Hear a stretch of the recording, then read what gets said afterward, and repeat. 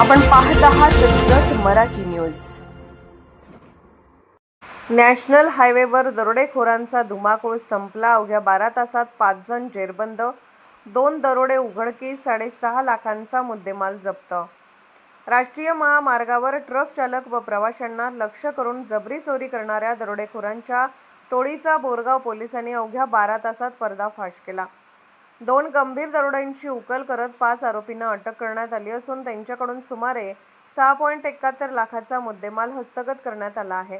पोलिसांनी दिलेल्या माहितीनुसार राष्ट्रीय महामार्ग क्रमांक 4 वर ट्रक चालकांना व इतर वाहन धारकांना अडवून शिवीगाळ, मारहाण व कोयत्याचा धाक दाखवत रोख रक्कम, मोबाईल व अन्य साहित्य लुटण्याच्या 2 घटना बोरगाव पोलीस ठाण्यात दाखल झाल्या होत्या। या घटनेचं गांभीर्य लक्षात घेऊन तातडीने तपासाची चक्रे फिरवण्यात आली।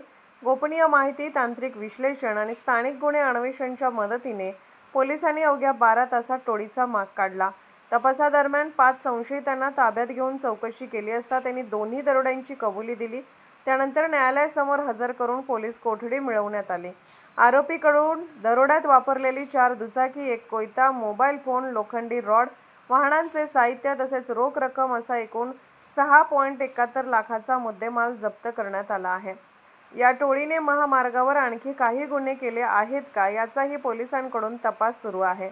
ही उल्लेखनीय कारवाई पोलीस अधीक्षक सातारा, अतिरिक्त पोलीस अधीक्षक व उपविभागीय पोलीस अधिकारी यांच्या मार्गदर्शनाखाली बोरगाव पोलीस ठाण्याचे प्रभारी अधिकारी प्रशांत हुले आणि त्यांच्या पथकाने केली।